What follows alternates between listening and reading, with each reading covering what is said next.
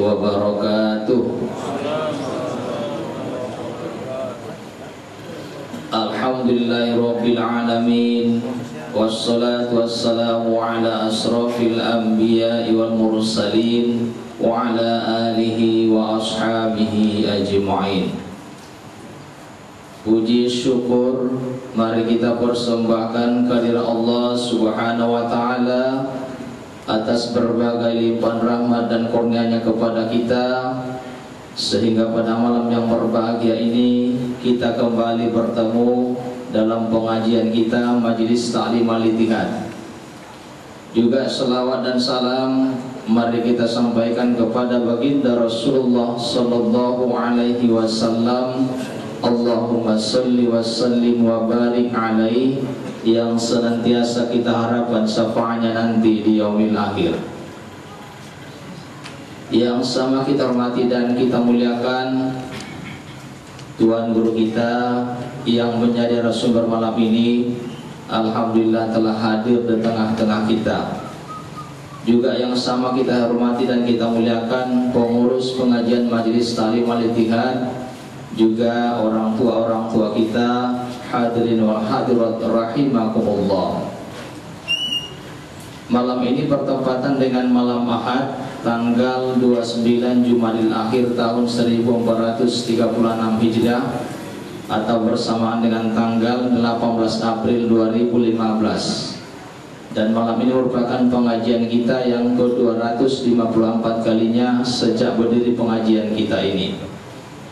Dan sebagaimana biasanya sebelum pelaksanaan pengajian ini, mari sama-sama kita dengarkan pembacaan ayat-ayat suci Al-Quran yang akan dibacakan oleh qori kita Wildan Nauli Asibuan SHI. Kepada qori kita dipersilakan.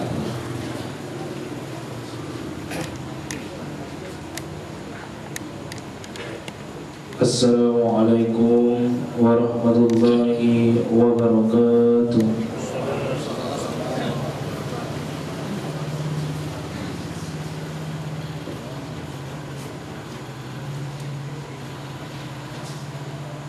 أعوذ بالله من الشيطان الرجيم. بسم الله الرحمن الرحيم. والتين والزيتون وطور سينين وهذا البلد الأمين. لقد خلقنا الإنسان في أحسن تقويم ثم رددناه أسفل سافلين إلا الذين آمنوا وعملوا الصالحات فلهم أجر غير ممنون. فما يكذبك بعد بالدين؟ أليس الله بأحكم الحاكمين. صدق Allahul Azim. Assalamualaikum warahmatullahi wabarakatuh. Terima kasih. Dan berikutnya adalah pembacaan Quran sekaligus sholawatnya yang akan dipimpin oleh Al-Ustaz Iqbal Habibi. Kepada Ustaz kita dipersilakan. Assalamualaikum warahmatullahi wabarakatuh. A'udzu billahi minasy syaithanir rajim.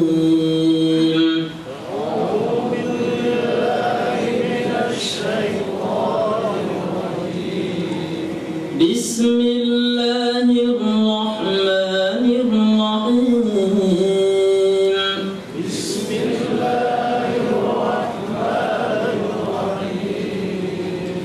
Alam nashrah laka sadrak wa wada'na anka wizrak وزرك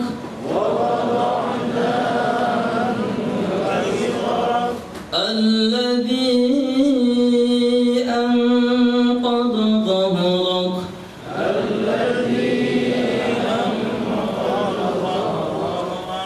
ورفعنا لك ذكرك فإن مع العسر يسرا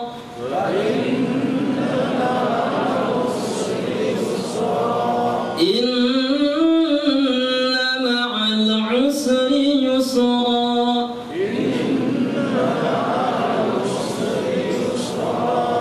فإذا فرغت فانصب وإلى ربك فارغب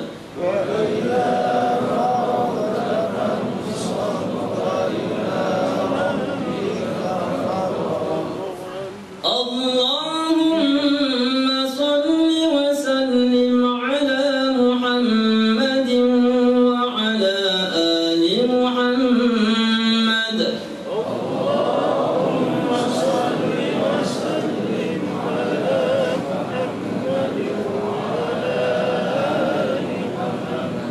كما صليت وسلمت على إبراهيم وعلى آل إبراهيم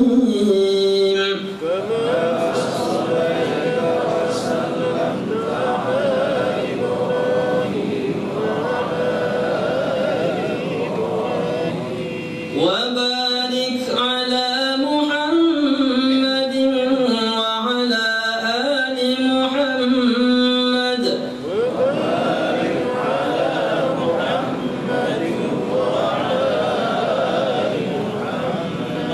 كما باركت على إبراهيم وعلى آل إبراهيم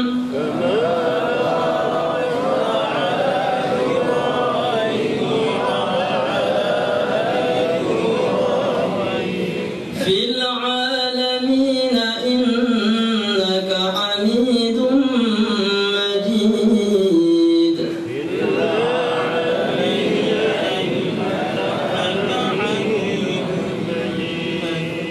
اللهم صل على سيدنا محمد طب القلوب ودوائها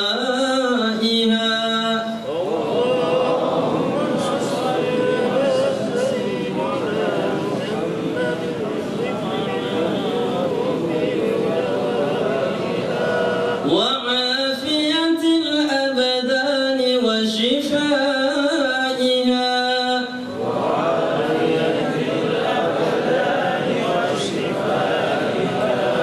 ونور الأبصار وضيائها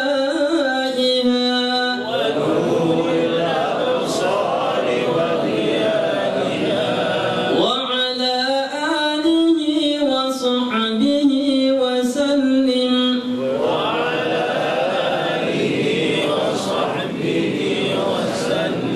واشف به مرض قلبي وما بي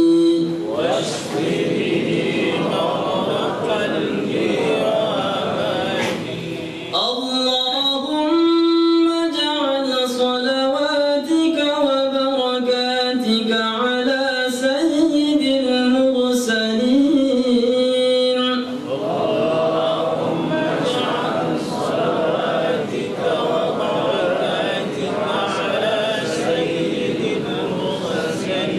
وإمام المتقين وخاتم النبيين سيدنا محمد عبدك ورسولك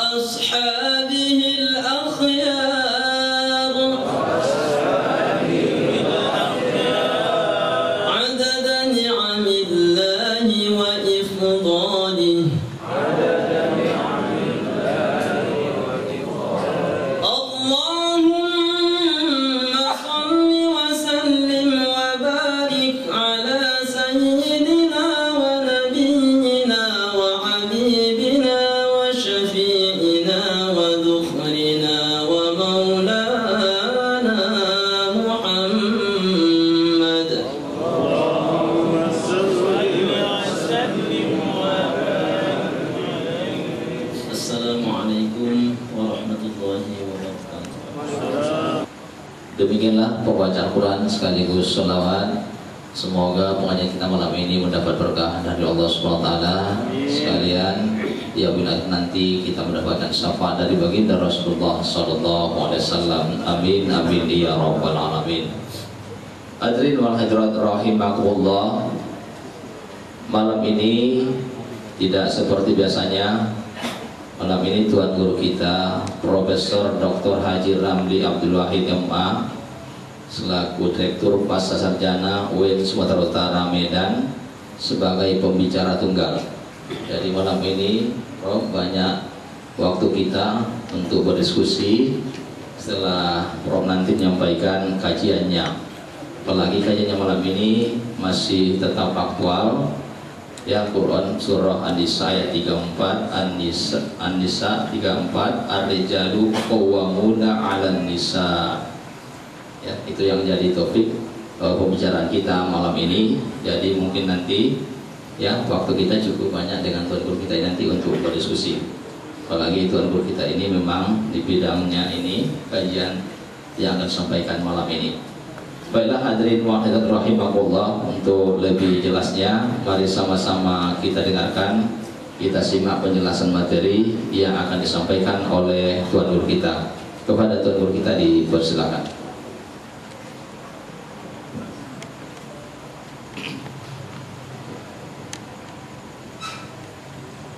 Assalamualaikum warahmatullahi wabarakatuh.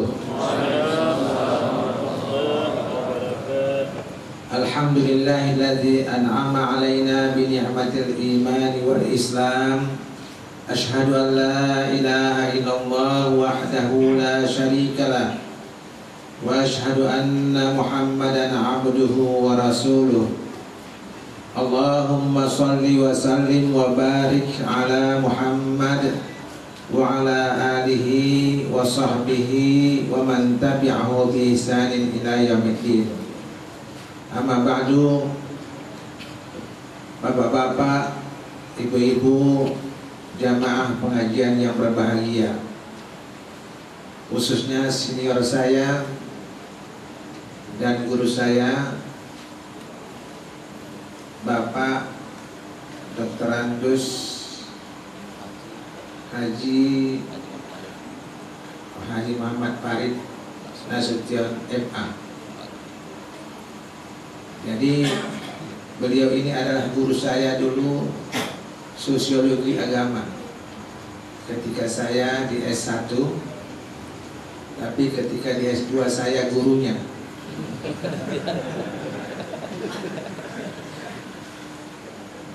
Jadi kami masih guru-guruan. Di dalam ilmu hadis namanya ini tadbij. Tadbijun mudabbaj. Jadi satu murid menerima hadis dari gurunya, gurunya juga menerima hadis dari muridnya. Itu namanya tadbij atau mudabbaj. Contohnya adalah saya dengan Pak Farid. Tapi saya kira pengalaman beliau lebih banyak dari saya. Malam ini banyak waktunya, dan saya rasa kebanyakan pun. Kalau saya suka cepat, jam 8 sudah mengajar sampai jam 10, 10.15 sampai jam 12.15 mengajar, jam 2.30 sampai asar tadi mengaji di rumah saya setiap hari Sabtu.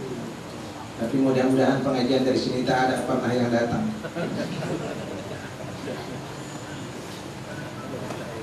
Jadi bagaimanapun tergantunglah kepada situasinya. Kalaupun mau panjang-panjang, mau banyak bertanya, silakan saja. Yang bisa saya jawab. Yang tidak bisa saya jawab, saya tangguhkan atau kita nanti tanyakan kepada guru yang lain. Hah? Sama guru saya. Jadi saya bukanlah guru segala hal, bukan syekh segala hal. Tapi kita coba melalui surah An-Nisa ayat 34. A'udzu billahi minasy syaithanir rajim. Bismillahirrahmanirrahim. Ar-rijalu qawwamuna 'alan nisa bima faddalallahu ba'dahum 'ala ba'd wa bima anfaqu min amwalihim. Kemudian as-salihatu qanitatun, itu nanti kita lihat situasi. Jadi yang satu nafas inilah dia, yang artinya laki-laki itu adalah pemimpin atas perempuan dengan sebab apa yang dilebihkan Allah atas kepada sebagian mereka atas sebagiannya, dan apa yang mereka nafkahkan dari harta mereka. Ini selalu dijadikan dalil atas bahwa para laki-laki itu yang boleh jadi kepala negara, perempuan tidak boleh kepala negara. Tapi sebelum pembicaraan itu lebih lanjut, barangkali ada baiknya kita lihat asbabun nuzul. Banyak ayat Al-Quran ada asbabun nuzulnya, tapi lebih banyak lagi yang tidak ada asbabun nuzulnya. Demikian juga hadis, ada yang berasbabul wurud, tapi lebih banyak yang tidak ada asbabul wurudnya. Kepada Al-Quran disebut asbabun nuzul, sebab turun ayat itu karena dari atas. Kepada hadis disebut asbabul wurud.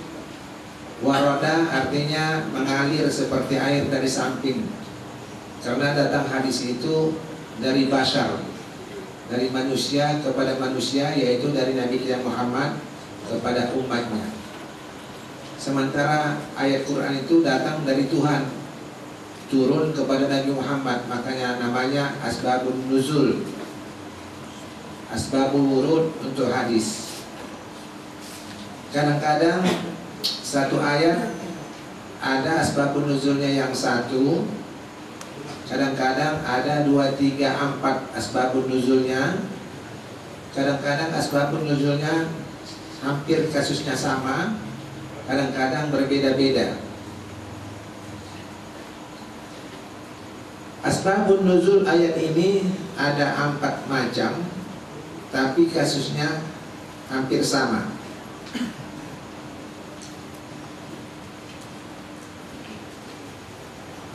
Diriwayatkan oleh Ibnu Abi Hatim dari Hasan, dari Al-Hasan, maksudnya Al-Hasan Al-Basri. Qala ja'at imra'atun ila Nabi tastad'i ala zawjiha.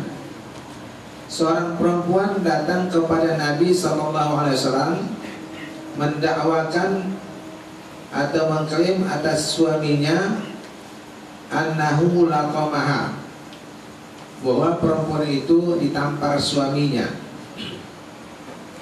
Faqala Rasulullah al-qisasu, kalau begitu dia diqisas, tampar maka ditampar, qisas.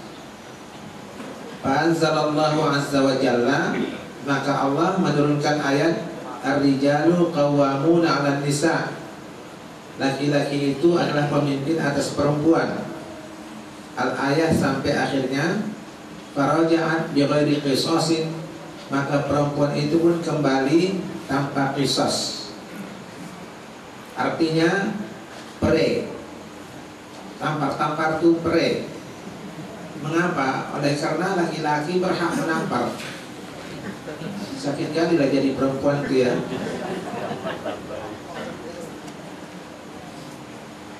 Itu satu asbabun nuzulnya.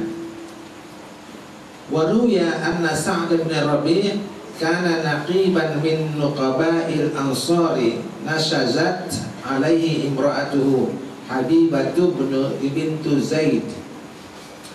Diriwayatkan bahwa Sa'ad ibn Rabi', yaitu satu pengatua dari pengatua Ansor, satu pemuka dari pemuka-pemuka Ansor. Sa'ad ibn Rabi' ini pernah dipersaudarakan Rasul dengan Abdurrahman bin Auf dari Mekah. Jadi Sa'ad ibn Rabi' ini orangnya kaya, istrinya banyak. Lalu ketika dipersaudarakan, Abdurrahman bin Auf tidak bawa istri, dan tentunya orang yang musafir tidak mempunyai harta.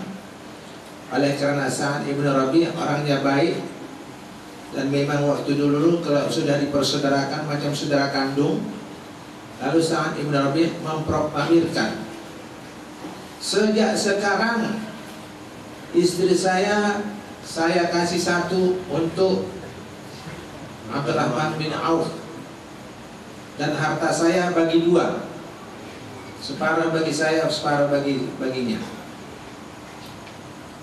Kesempatan baik kan? Kesempatan baik, ketemu dengan saudara yang baik.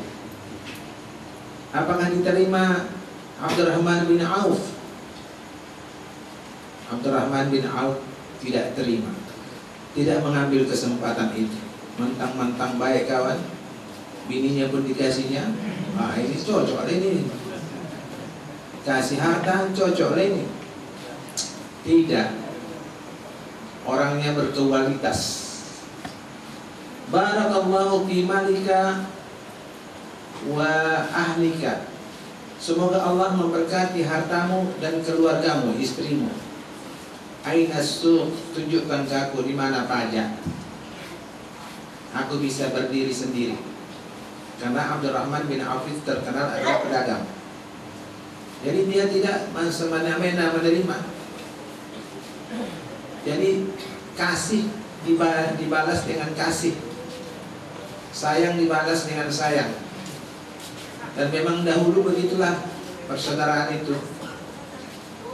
Ketika perang, ketiadaan air, begitu datang air, maka yang satu mengasih giliran kepada yang satu, bukan diminumnya, diutamakannya saudaranya, digilirnya kepada saudaranya, sehingga ketika kembali kepada yang pertama sudah tak ada lagi nyawanya. Begitulah persaudaraan di zaman lampau itu. Kalau sekarang kalau bisa ditunjang supaya naik awak. Persaudaraan Islamkah itu? Jelas tidak. Tapi itulah kenyataan kita sekarang ini. Makanya organisasi pecah, partai Islam pecah, lembaga pendidikan Islam pecah, wirid Yasin pun pecah. Kalau tidak dia menjadi ketua, tak datang dia. Nazir masjid pun begitu juga. Kalau tak dia pengurus masjid, tak datang dia.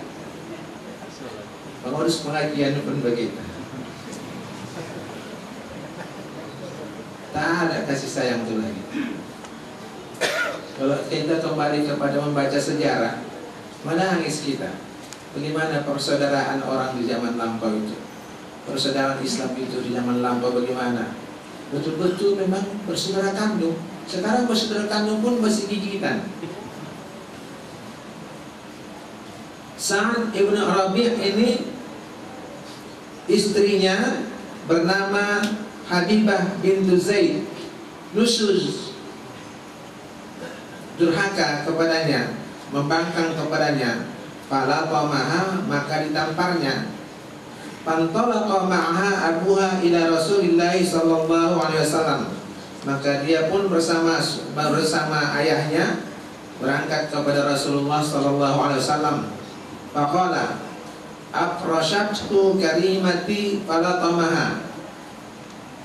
Afrashathu la karimati, ditidurinya putriku, maka ditamparnya. Jadikannya istri tapi ditamparnya.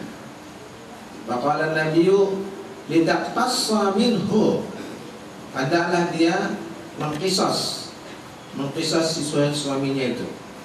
Fanazalat, maka turunlah ayat ar-rijalu qawwamuna 'alan nisa.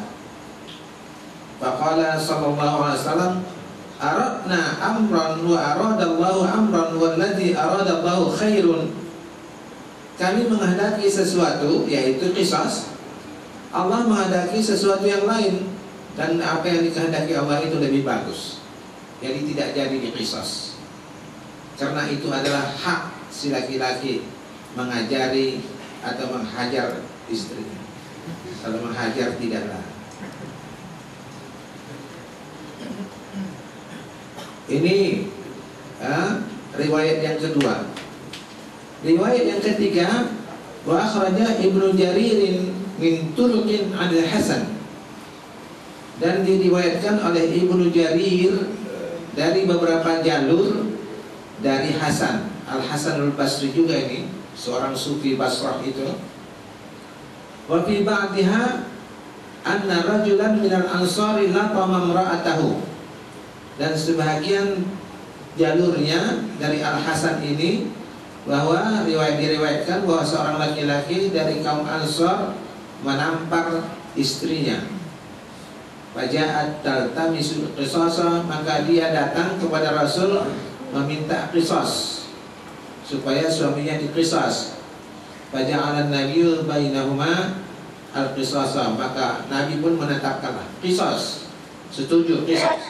Fanazalat, maka turun ayat wala ta'jal bil qur'ani min qabli an yuqda ilaika wahyuhu, dan jangan segera-segera, jangan bersegera, jangan tergesa-gesa dengan Quran sebelum diturunkan kepadamu wahyu.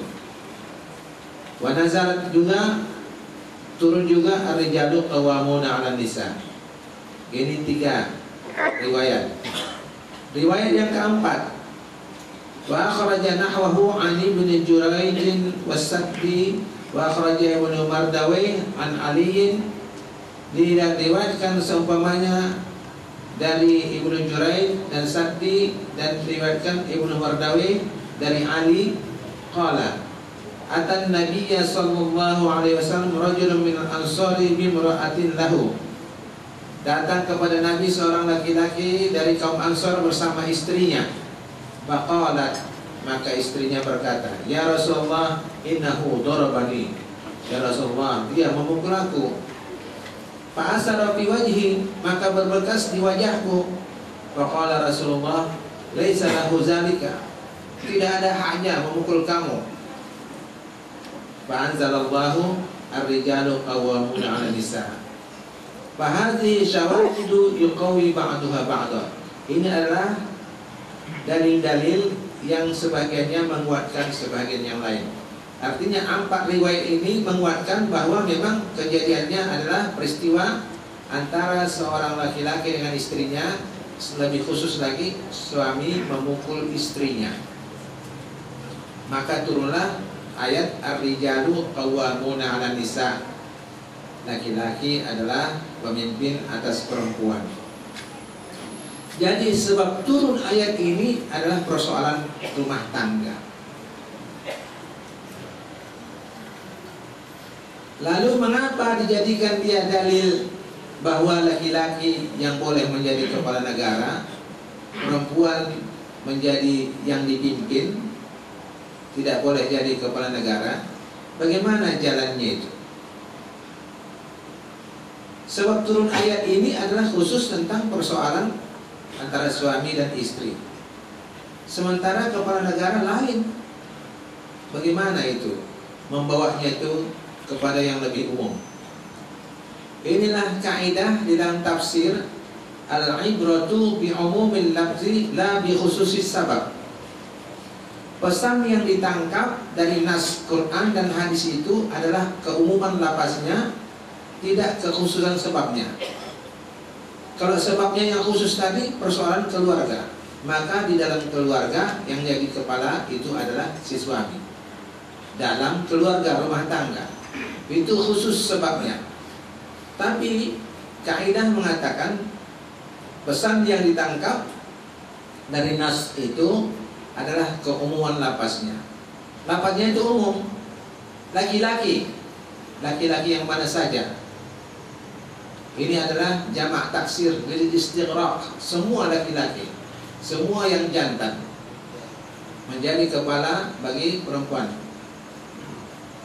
Qawwamuna 'alan nisa, nisa juga adalah jamak taksir, jamak taksir, lil istighraq, alif lamnya lil istighraq, untuk semua perempuan, kapan saja dan di mana saja laki-laki menjadi kepala atas perempuan. Dalam aspek apapun, laki-laki menjadi kepala atas perempuan, menjadi pemimpin atas perempuan. Nah, itu yang namanya kaidah al-ibratu bi umumil lafzi la bi khususis sabab. Pesan yang ditangkap dari nas berdasarkan keumuman lafaznya, bukan berdasarkan kekhususan sebabnya. Kalau berdasarkan khusus sebabnya, tidak memandang kepada keumuman lafaznya, maka ayat ini hanya bisa menjadi dalil bahwa dalam rumah tangga yang menjadi kepala itu adalah si suami. Tidak bisa dibawa keluar menjadi kepala negara. Artinya menentukan bahwa kepala negara itu harus laki-laki, tidak bisa kalau berdasarkan sebabnya yang khusus itu. Tapi kaidah yang berlaku jumhur ulama bahwa walaupun sebabnya khusus, tapi maknanya, lafaznya umum, maka itu yang dipakai,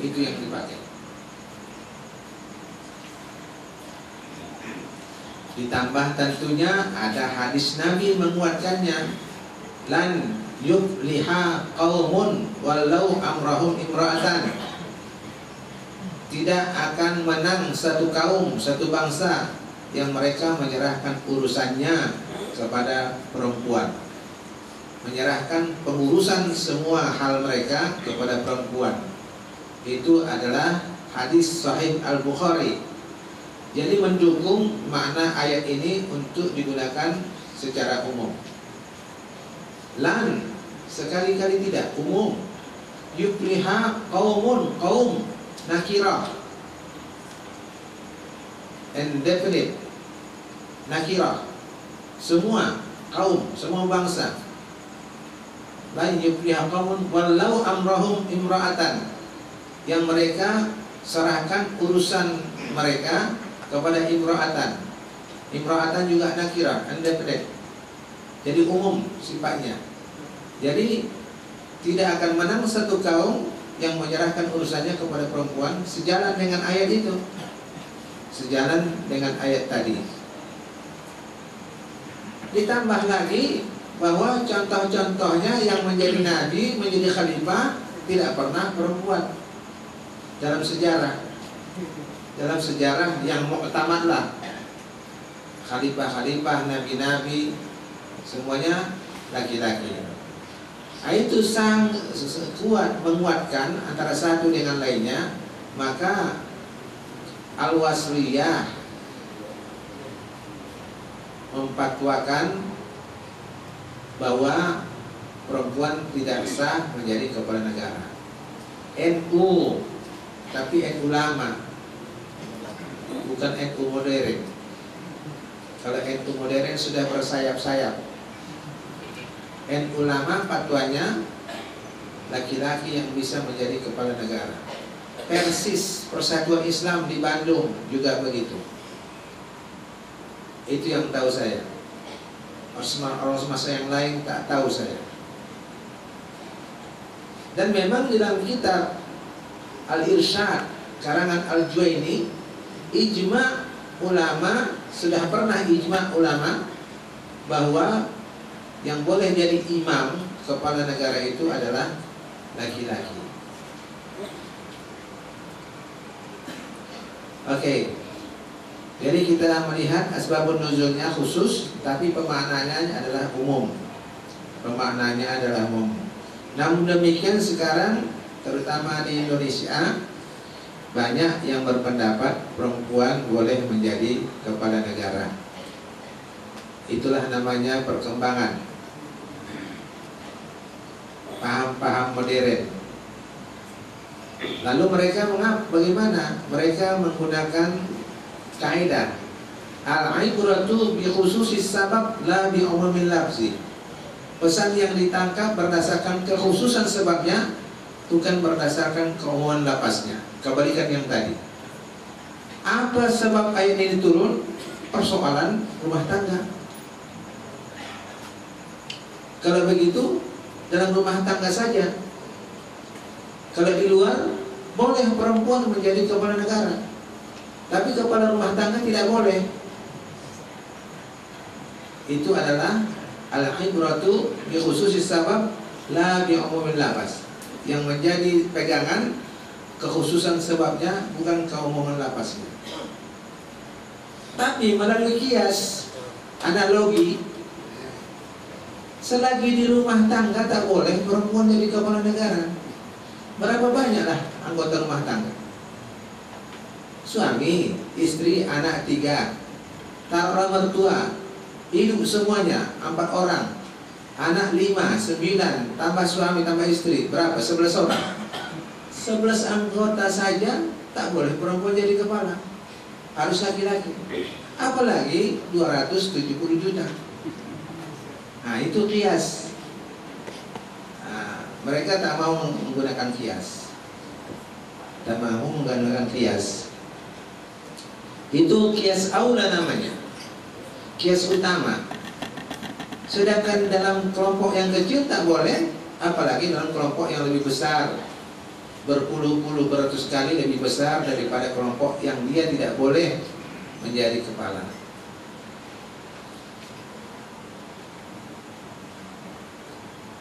Baik. Jadi itu jalan bagaimana orang memahaminya, baik yang tidak membolehkan perempuan jadi kepala negara maupun orang yang membolehkan perempuan menjadi kepala negara. Bapak-bapak, saudara-saudara sekalian, ar-rijalu qawwamuna 'alan nisa bima faddalallahu ba'dahum 'ala ba'din. Mengapa laki-laki menjadi kepala atas perempuan? Dengan sebab Allah melebihkan sebagian atas sebagian mereka. Jadi bahasanya ini halus.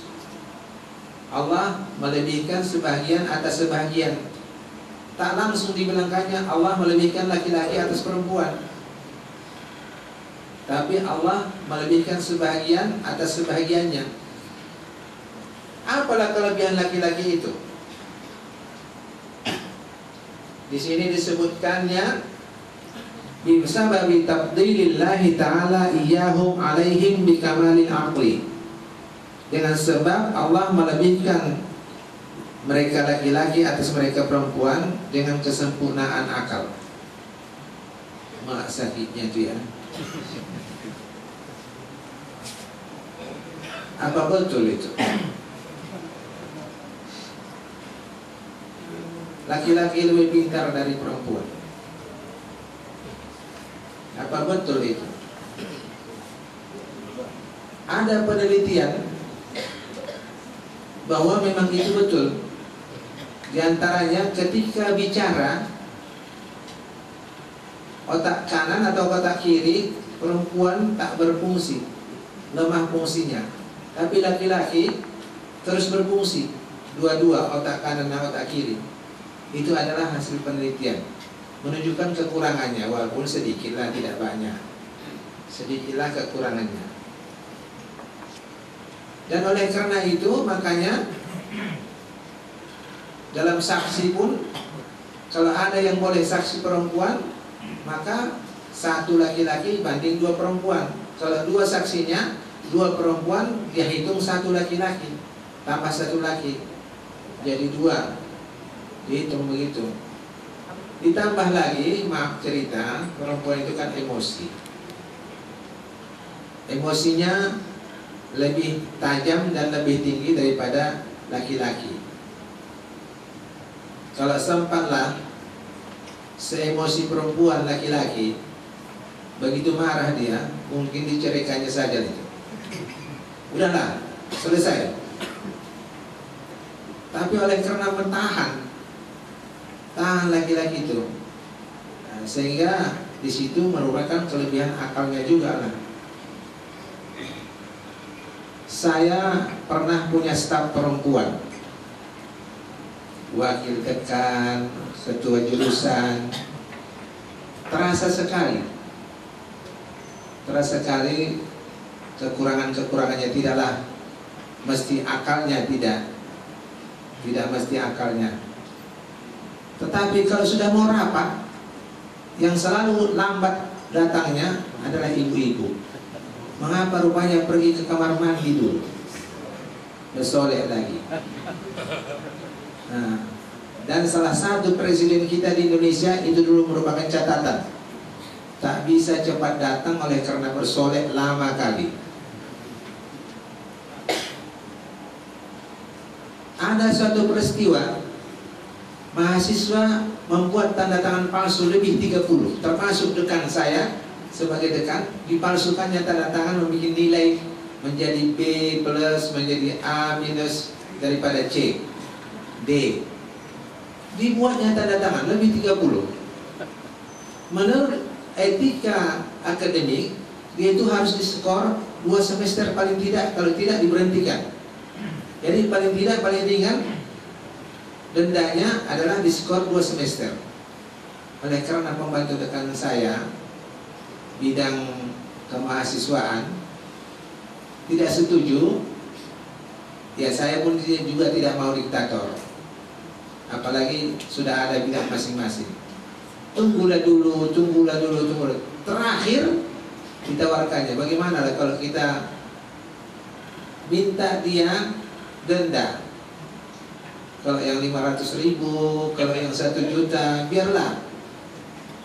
Dugaan saya, jangan-jangan dia siap berkorban. Kasihan Pak, orang tuanya di kampung sudah cari belanja anaknya, sudah membayar SPP-nya. Hari-hari kita skor 1 tahun Pak, kasihan. Perasaannya, emosinya mendahului cara berpikir netral. Kalau cara berpikir netral, normal, bahwa peraturan. Tapi akhirnya peraturan itu tidak bisa dilaksanakan, dan akhirnya saya mengalah. 1 semester sajalah ya, dihukum dia. Kalah jadinya saya. Jadi memang itu syukur ada perasaan iba pada seorang ibu. Kalau sampailah macam ayahnya juga, sudah hancur, digimbal. Nah, itu ada hikmahnya. Tapi dari satu sisi untuk menegakkan hukum peraturan, kecuali Ibu Susi, kalau dia ditembaknya saja kapal itu. Kalau itu betul-betul lah Ibu Susi, macam Bapak Susi juga. Saya pun setuju lah saya itu jadi menteri tegas. Tapi berapa orang lah begitu perempuan perasaannya? Jangan-jangan itu sudah melayani kebanyakan itu. Iya kan? Tapi itu dibutuhkan pada posisinya itu. Jadi kesempurnaan akal itu ada pada pihak laki-laki. Dengan penelitian tadi, ketika bicara dia tidak berfungsi sempurna otak kanan dan otak kirinya. Kalau laki-laki sempurna, kemudian emosinya yang menonjol itu dari satu sisi adalah bagus untuk melindungi anak-anaknya, tetapi dari sisi lain itu menunjukkan tidak bisa melakukan sesuatu secara normal. Wa husni tadbir, bagus perencanaan. Laki-laki lebih bagus perencanaannya daripada si perempuan. Warazanatir ra'yi, dan ketajaman pikiran. Kritis biasa pada laki-laki, pada pihak laki-laki. Wa mazidil quwwah bil amali wa ta'ati, dan kekuatan lebih pada amal, pada pekerjaan dan pada ketaatan. Laki-laki bagaimanapun lebih kuat daripada perempuan. Kalau bertinju laki-laki sama perempuan, pada umumnya laki-lakilah yang menang. Bergulat pun begitu juga. Laki-lakilah yang kuat. Itu kelebihan. Walizalika, karena itu khussu bin nubuwati wal imamati wal wilayati wa iqamati syair wa syahadah fi jami'il qadaya. wa wujubil jihadi wal jumu'ati wa ghairi dzalika. Oleh karena kelebihan-kelebihan yang disebutkan tadi, maka laki-laki dikhususkan, tidak perempuan, untuk menjadi nabi, menjadi imam, menjadi khalifah, menjadi wali, untuk menegakkan syiar-syiar, dan untuk menjadi saksi pada semua kasus. Dan wajibnya jihad atas laki-laki, tidak perempuan, wal jumu'ati, dan juga menjadi salat Jumat, mendirikan salat Jumat hanya laki-laki, tidak perempuan. Kalau perempuan ikut, zuhurnya terbayar. Tapi sekiranya lah perempuan itu mencukupkan yang 40 bilangan Jumat itu, tidak sah, karena mereka bukan ahlul Jum'ah, bukan ahli Jum'ah, tetapi mereka sah sholat Jumat. Likauni ar-rajuli yatazawwaju bi arba'in niswatin wa la yajuzu lil mar'ati ghairi zawjin wahidin. Laki-laki boleh poligami 4 orang, perempuan tidak boleh kecuali 1 laki-laki. Poliandri tidak boleh. Dan begitu juga kelebihan laki-laki itu karena kewajibannya wa minhu ziyadatun nasibi fil miras, mendapat bagian yang lebih atas perempuan dalam warisan.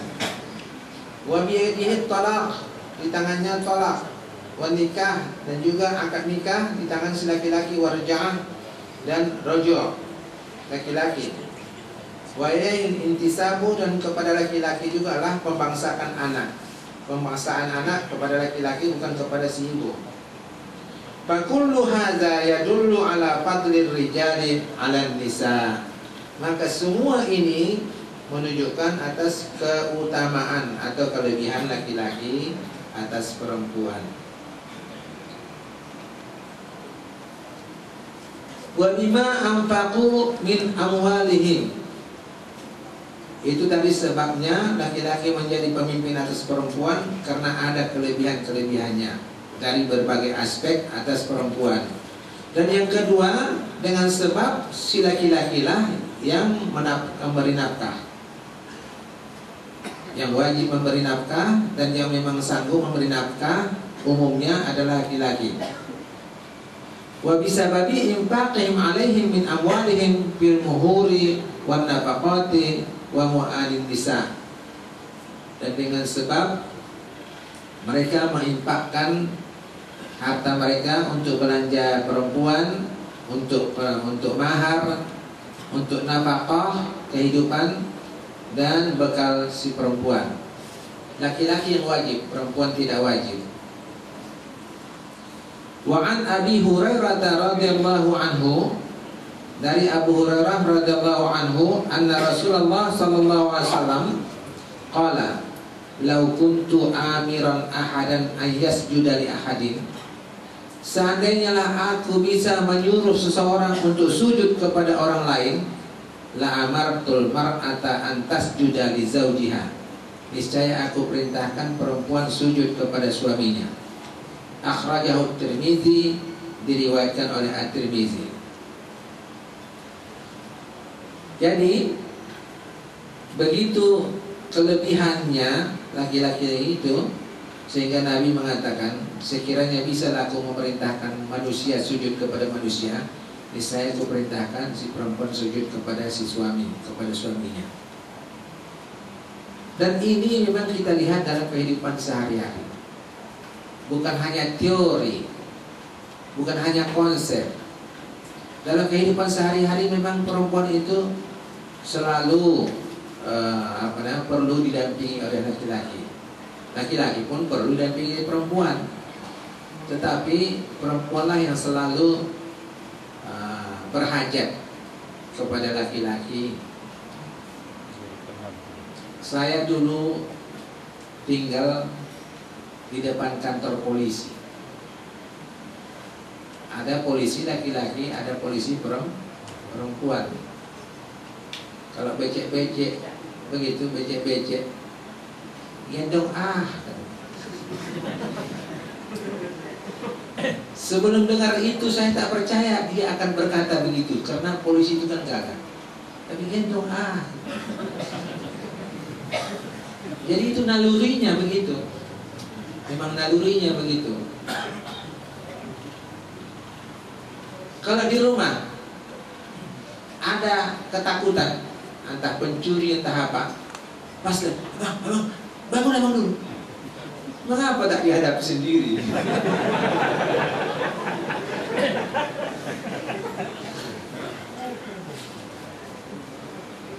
Kalau bocor atap, siapa yang memanjat? Memang kenyataan lah begitu. Memang laki-laki pelindung kepada perempuan, baik secara naluri maupun secara hukum. Baik secara naluri maupun secara hukum.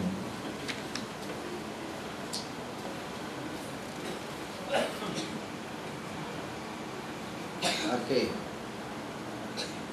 Sudah kita tengok bagaimana kelebihan laki-laki itu atas perempuan.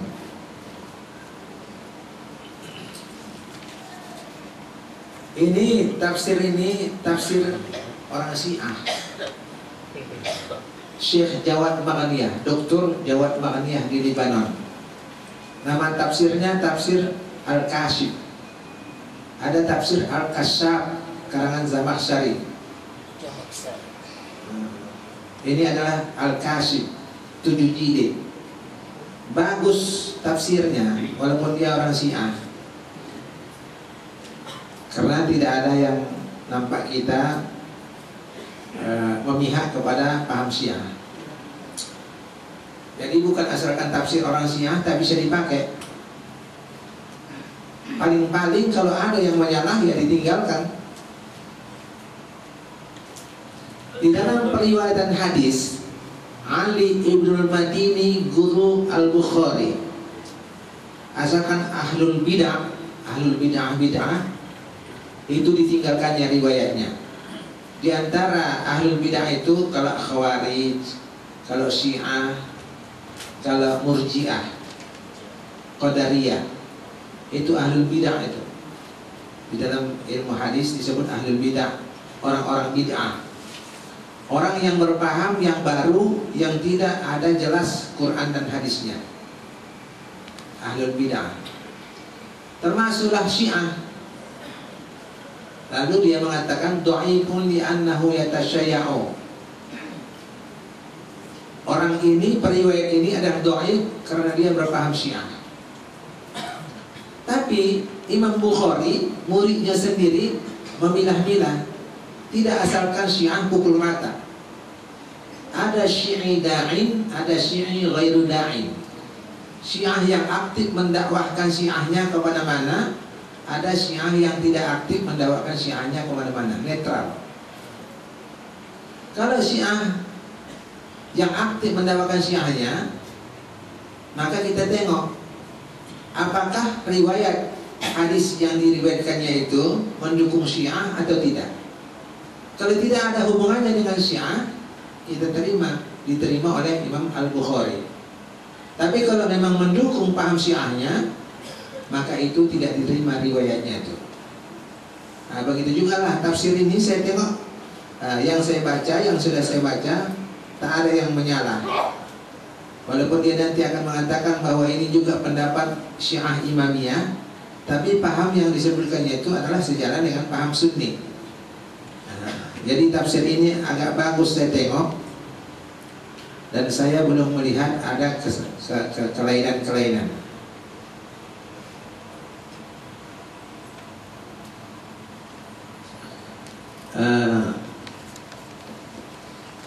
Dia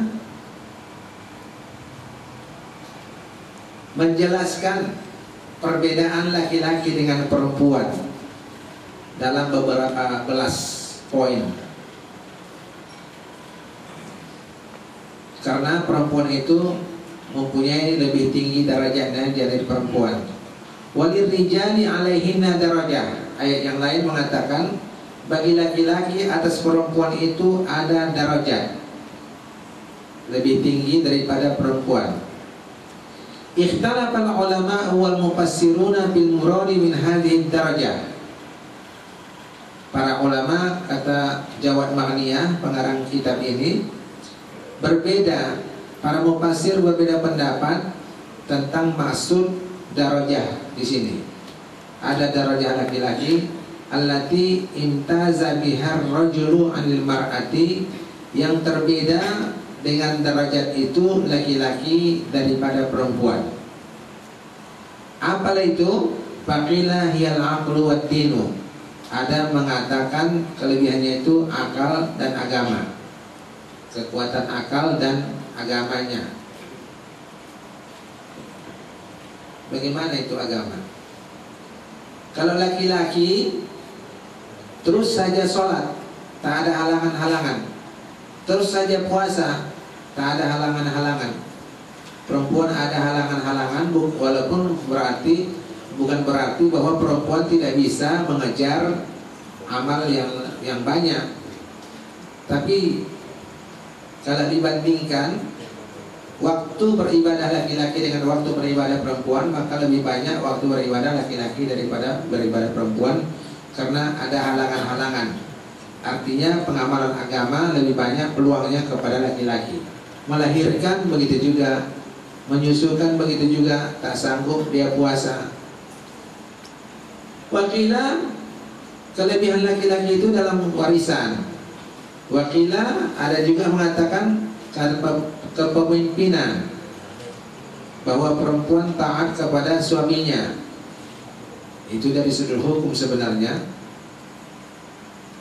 Tapi ada yang lucu, sebagian mengatakan kelebihan laki-laki itu punya jenggot. Fassara darajata bil lihyati. Hebat kali dapat jenggot dia.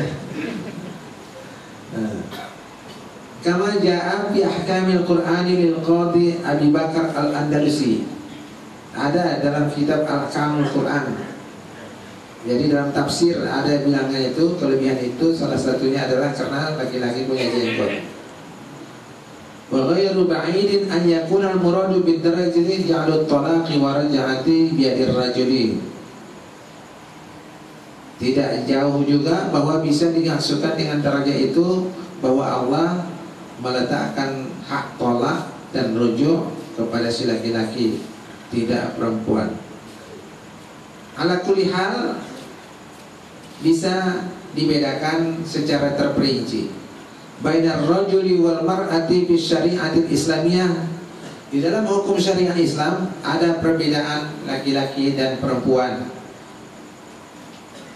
Setelah tadi kita melihat dari sudut fisik, dari sudut emosi, bahwa laki-laki itu punya kelebihan dari perempuan.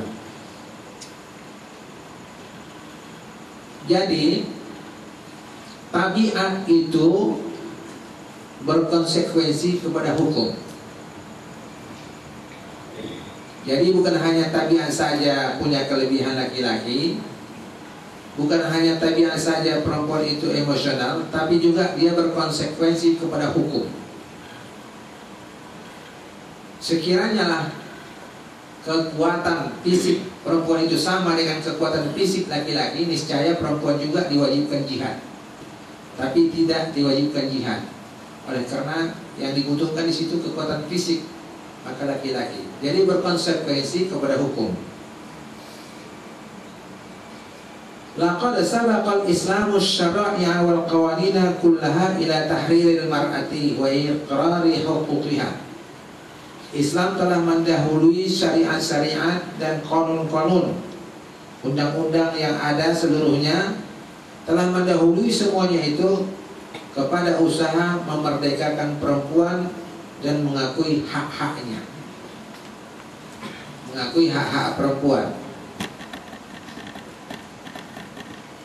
Ba'dan kana ar-rajulu yu'amiluha mu'amalat as-sila'i wal hayawanat. Sebelumnya laki-laki memperlakukan perempuan seperti perlakuan benda-benda dan hewan-hewan. Sampai sekarang ada buku di Eropa yang mempertanyakan keberadaan perempuan itu manusia atau tidak. Dan di Amerika gaji perempuan lain dengan gaji laki-laki. Sehingga Bill Clinton kampanye untuk jadi presiden, salah satu cara kampanyenya adalah menyerukan supaya semua gaji sama laki-laki dan perempuan. Jadi penegak HAM Amerika ternyata gaji perempuan lebih rendah daripada laki-laki. Dan itu yang mau dihapuskan oleh Bill Clinton. Jadi dahulu perempuan ini dipertanyakan wujudnya ini. Seperti saya katakan tadi, ada masih buku yang mempertanyakan apakah perempuan itu manusia atau tidak. Dan di jahiliyah perempuan tidak punya hak harta. Justru dia dianggap benda, dipusakai, dibeli, dituhur. Sedih kita. Dalam Islam itu ditiadakan. Kalau memang harta dia, hak milik dia. Dia semaunya menggunakannya, pusakanya. Dulu tidak ada pusaka bagi perempuan. Justru dia dipusakai di zaman jahiliyah. Jadi keadaan dunia dahulu sebelum Islam lebih kurang begitulah. Jadi apakah benda atau hewan? Perempuan itu. Hatta wa fi Eropa wa Amerika ila ahdin qaribin, hingga di Eropa dan Amerika pun pada waktu yang tidak lama. Begitulah perlakuan terhadap si perempuan. Wa idza mayyaza al-islamu ar-rajula 'anil mar'ati bi asya'a fa inna hadha at-tamyiz tufriduhu al-furuqul tabi'iyyah bainahuma. Kalaupun kita melihat Islam membedakan antara laki-laki dan perempuan dalam beberapa hal, maka sesungguhnya pembedaan itu adalah yang diwajibkan oleh perbedaan-perbedaan tabi'i di antara keduanya. Jadi memang tabiatnya yang menyebabkan perbedaan hukum. Au maslahat jamaah atau maslahat jamaah. Itu yang membedakannya. Cobalah Bapak bayangkan, perempuan di Amerika, orang Islam minta persamaan hak. Kalau laki-laki menjadi khatib, dia pun menjadi khatibah. Laki-laki jadi imam, dia pun menjadi imamah. Dan sudah dilakukan, dipraktekkan Aminah Wadud, Profesor Dr. Aminah Wadud, dosen hukum Islam, guru besar tentang hukum Islam, S1-nya dari Al-Azhar. Tapi sampai ke Malaysia, ke Amerika menyalah. Dia jadi imam, jadi khatibah. Makmumnya laki-laki dan perempuan, menyatu saja. Tapi di mana sholatnya? Masjid tak ada yang mengizinkan. Gereja pun sudah yang ketiga baru mengizinkan. Gereja pertama dimintanya tidak, kedua tidak, tapi gereja yang ketiga lah yang mengizinkannya. Dan ternyata dia terkenal, Profesor Dr. Aminah Wadud. Untung saja dia dari Nigeria. Mengapa saya katakan untung? Kalau cobalah dia dari Arab, menengok mukanya saja loh orang kan, putih, cantik.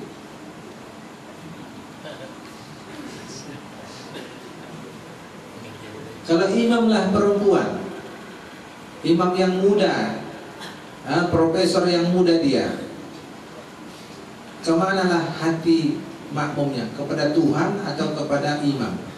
Imamah.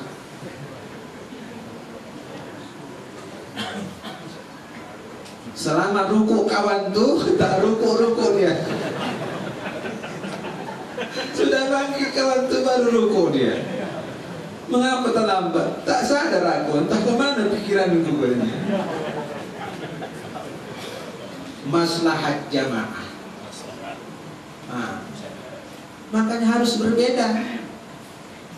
Begitulah nanti kita lihat perbedaan-perbedaan itu memang punya alasan yang logis, punya alasan yang ma'qul. Mengapa dibedakan dia?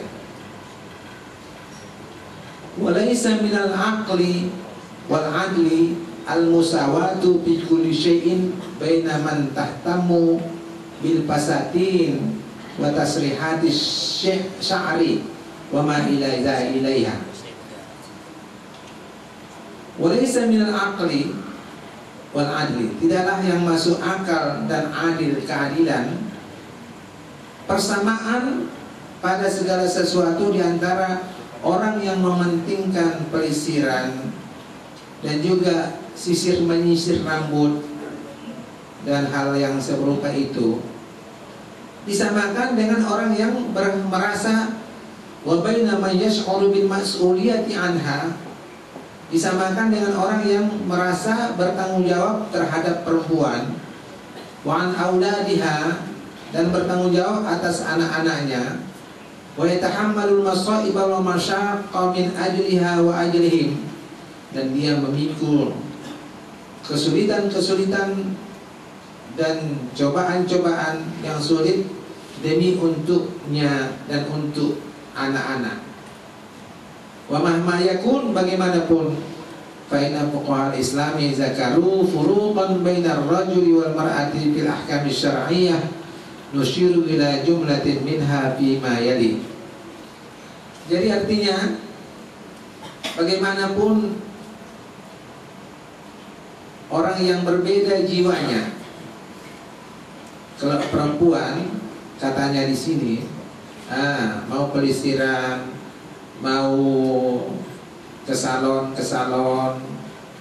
tasrihati syari, menyisir rambut, hurai menghurai rambut, bedak, makeup, itu tidak bisa disamakan dengan orang yang tak peduli tentang itu, melainkan peduli tentang tanggung jawab terhadap istrinya, tanggung jawab terhadap anak-anaknya, dan memikul beban yang berat, problem-problem hidup yang berat.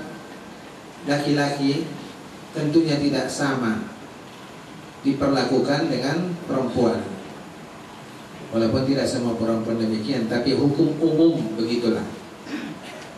Jadi para fuqaha, para ulama fikih menyebutkan perbedaan-perbedaan secara gamblang antara laki-laki dengan perempuan. Di antaranya adalah inna diyatal mar'ati nisfu diyatil rajuli, sesungguhnya diat perempuan separuh diat laki-laki. Tebusan, kalau membunuh kita, kalau keluarga ahli warisnya mengizinkan, maka kita menebusnya 100 ekor unta misalnya. Kalau untuk perempuan yang kita bunuh itu, maka 50 ekor. Diat laki-laki, diat perempuan separuh diat laki-laki. At-talaqu warja'atu biyadiz zawji duna zawjah. Talak dan rujuk di tangan laki-laki, tidak di tangan istri. Apa pasalnya? Tadi diantaranya adalah emosi. Laisa laha an tamtani'a an firashihi, perempuan tidak boleh enggan dari tempat tidur suami. Wala an tusafira wa takhruja min baitihi illa biridahu, tak boleh musafir, tak boleh keluar dari rumah kecuali dengan rela si suami. Ini perbedaan yang ketiga. Ada hadis yang populer, kalau laki-laki mengajak si istrinya ke tempat tidur, tidak mau dia tempat tidur, sehingga tertidur oleh suami dalam keadaan murka, maka laknat Allah kepada si istri sepanjang malam itu. Ngeri kali ya. Kalau si istri mengajak suami, apa begitu? Dilaknat Allah, dia tidak bisa melayani istrinya. Tidak ada hadisnya begitu. Jadi hadisnya laki-laki yang harus dilayani, perempuan tidak harus dilayani. Diskriminatif sekali Islam ini. Apa begitu? Coba eksperimen sekali-sekali. Kalau laki-laki diajak tidak in mood, tak segar, bisa dilayaninya istrinya. Goyang latihan masjid, tak bergerak itu. Kalau tidak dalam keadaan segar, tak bisa. Tak bisa. Bagaimanapun dibuat tak bisa. Kasih telur mentah 3, tak juga. Punya kawan nih, begitulah dia. Tak bisa. Kalau perempuan bisa enggak? Malas dia. Tengoknya abangnya nonton bola. Menonton bola dia, entah kemana-mana jungkir balik abangnya itu. Tontonnya saja, kawan di bola. Bisa dilayaninya. Diserahkannya saja badannya, bisa dilayaninya. Jadi hadis itu memang betul-betul sesuai dengan kodrati. Kodrati laki-laki tak bisa melayani dipaksa. Kalau perempuan bisa melayani dipaksa, dalam arti bahwa menyerahkan diri saja, si laki-laki bisa bekerja sendiri. Jadi hadis itu jangan dilecehkan. Memang begitulah. Begitulah kodratinya. Nah, banyak itu yang meleceh. Enak aja. Kalau dia diajak, tak berdosa, tak ada laknat Allah. Kalau awak diajak, awak dilaknat Allah. Memang begitu kodratnya. Kalau tak percaya,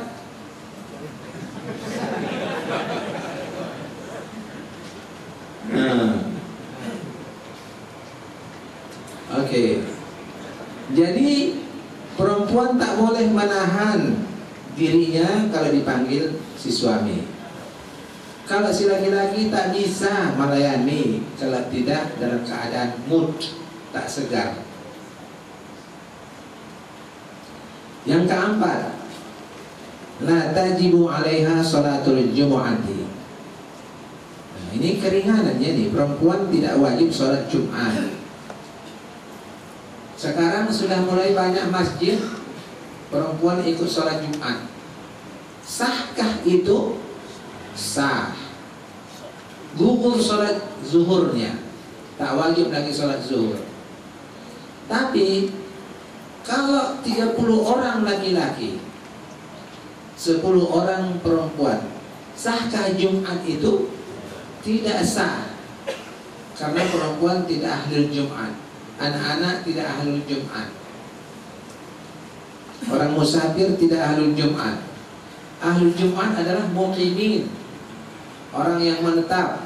Harus ada orang menetap 40 orang. Bahkan harus ada 40 orang yang qori, yang layak jadi imam. Kita ini 300-200 orang sholat Jumat, tapi 35 orang yang qori, yang layak jadi imam. Tak sah. Tak sah Jumat kita. Baca kitab Fathul Mu'in karangan Zainuddin Al-Malibari Asy-Syafi'i. Kalau Hanafi 2 orang pun sah. Tapi jangan cucuk cabut, sekali Hanafi, sekali Syafi'i, sekali Hambali. Kacau namanya itu. Hari Jumat tuh saya ada rapat di Jakarta. Habis rapat, habis Jumat di Istiqlal, saya singgah di Wali Songo, toko buku Wali Songo. Ada buku saku cantik, judulnya Inti Ajaran Islam. Penulisnya ulama besar almarhum Bin Baz.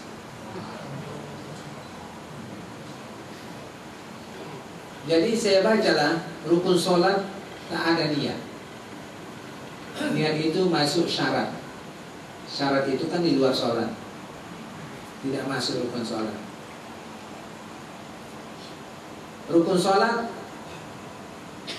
beri salam 2 kali salam. Tasyahud awal wajib. Salawat atas Nabi wajib. Tasbih itu wajib, takbir intiqal wajib. Banyaklah yang berbeda daripada apa yang kita amalkan. Kalau jatuhlah buku ini, harganya murah, 6.000. Mungkin nanti di apa pun ada, di Wali 9. Banyak itu buku-buku salafi di sana. Ini paham salafi.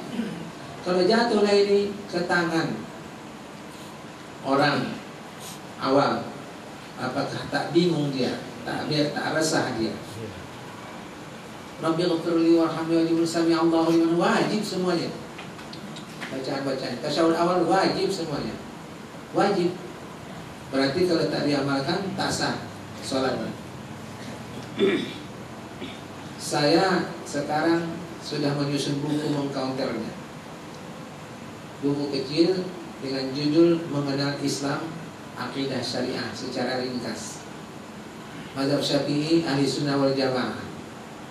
Mungkin dalam sebulan ini akan terbit itu semacam silabus lah begitu untuk di kantong-kantong.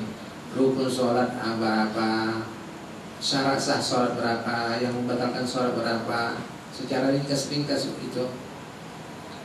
Rukun iman berapa, sifat 20 itu apa saja, mustahil apa saja, yang jaiz apa saja, apa itu ahli sunnah, apa itu Ka'bah, apa Nabi, apa Allah itu, apa Islam itu, secara ringkas. Mengenal Islam, akidah dan syariah. Itu rancangan saya mengcounter Syiah. Jadi khalifah ada 4. Kalau Syiah tak mempercayai 4 khalifah, hanya Ali. Ahli sunnah saya terangkan. Jadi Syafi'i dan Ahli Sunnah wal Jamaah. Karena saya pikir buku itu yang tadi saya beli itu karangan Bin Baz, saya tidak menyalahkan, tapi itu meresahkan dan membingungkan umat. Karena kita ini mayoritas bermazhab Syafi'i, apakah memang dipelajarinya atau tidak, tapi yang banyak amalan kita mazhab Syafi'i Ahli Sunnah wal Jamaah. Jadi itu insya Allah mudah-mudahan sebulan ini sudah terbit untuk mengcounter itu. Jangan lari-lari. Baik. Jadi perempuan berbeda dari laki-laki. Perempuan tidak wajib sholat Jumat. Yang kelima, la yajuzu laha an tatawallal imrata. Tidak boleh dia menjadi pemimpin.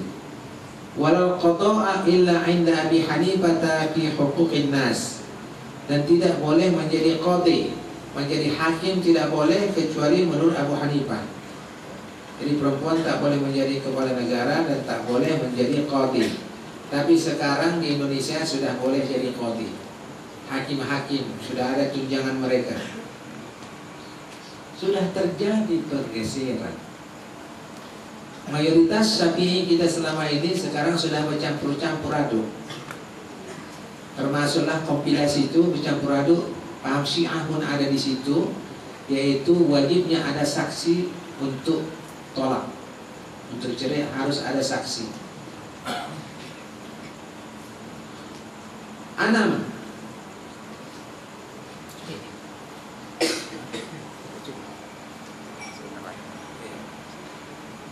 Katanya panjang tadi kan.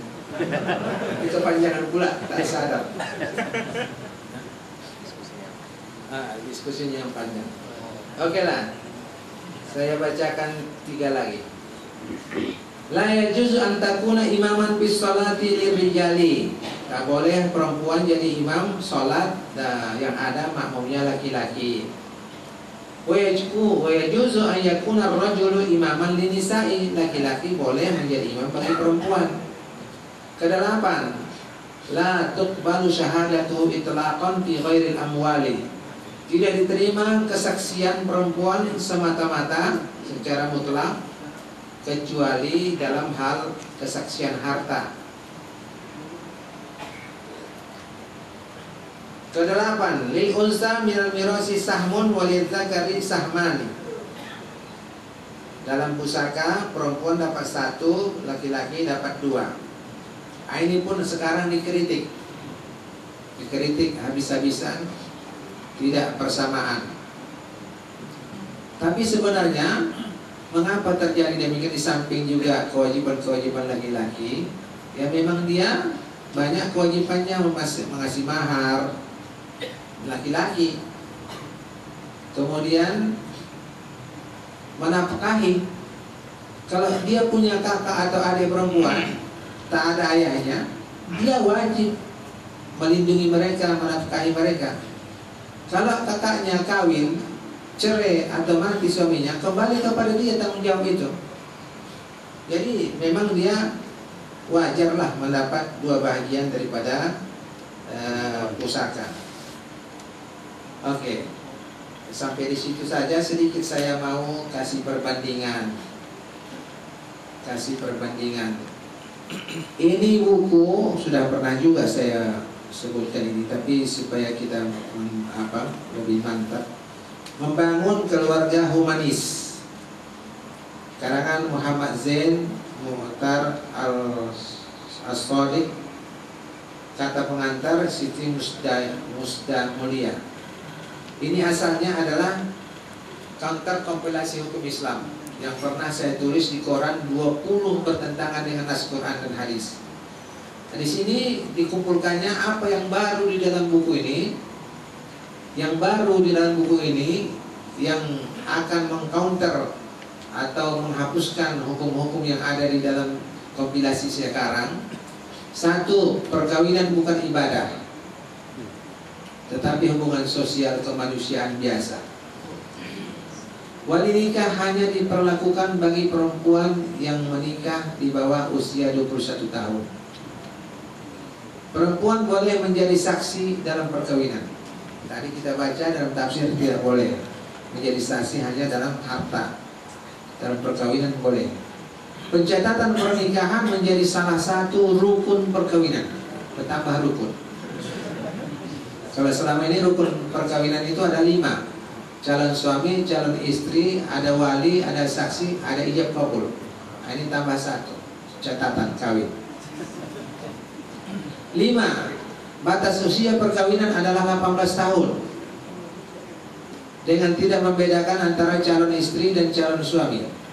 Kalau di bawah itu tak boleh. 6. Mahar wajib diberikan oleh calon suami atau calon istri. Jadi tidak hanya suami yang mau jangan, tapi perempuan juga. Aku sekali ini dulu ngasih. 7. Kawin beda agama dibolehkan selama dalam batas untuk mencapai tujuan perkawinan. Jadi jodoh akbar sah itu. Poligami haram. Tak boleh poligami. Istri mempunyai hak untuk menceraikan suami dan rujuk.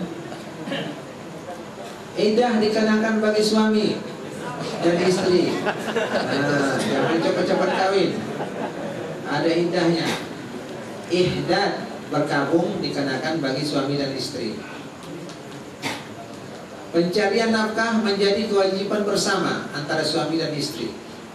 Kalau pekerjaannya tukang becak, suami istri, maka ketika mereka berpapasan, halo juga.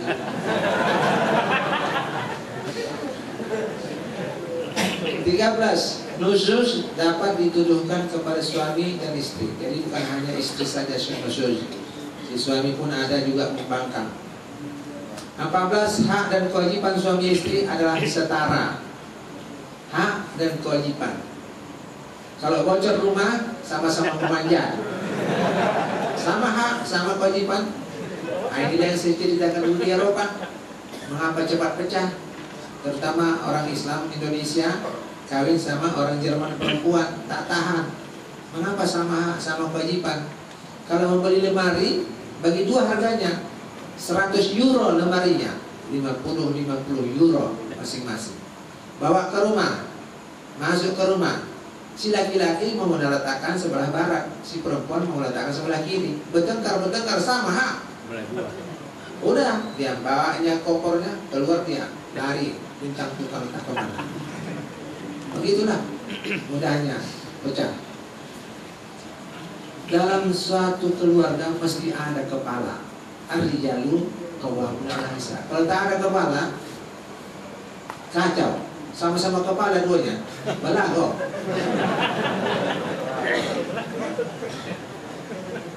Kedudukan hukum anak di luar perkawinan, jika diketahui ayah biologisnya, maka anak tetap memiliki hak waris dengan ayah biologisnya. Dalam Islam, anak di luar nikah tidak ada walinya, tidak ada warisnya. Warisnya hanya ibunya lah. Ibunya itulah warisnya.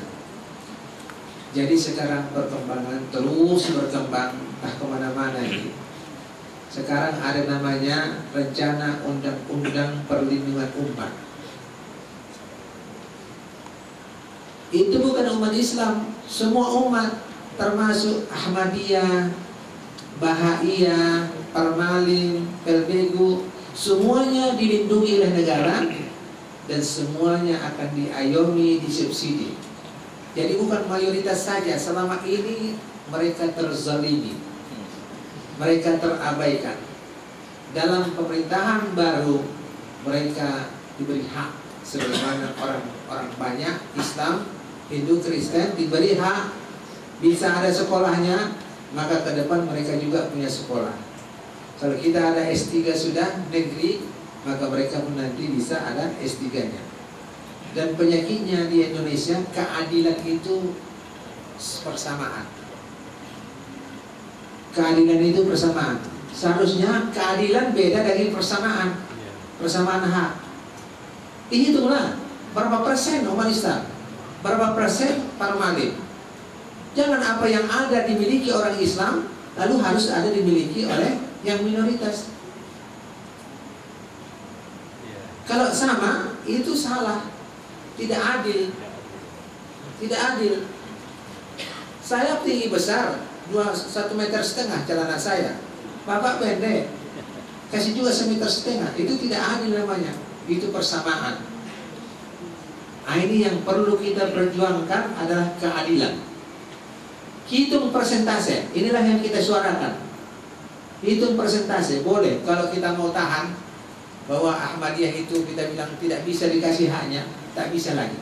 Karena apa? Karena presiden, karena menteri agama sudah memanggil mereka. Ahmadiyah, oke, berapa ratus ribu? 500 ribu, oke, betul, hitung 500 ribu. Berapa persen mereka bisa bukan buat sekolah SD atau sekolah agama Ahmadiyah? Jangan pula sama dengan kita.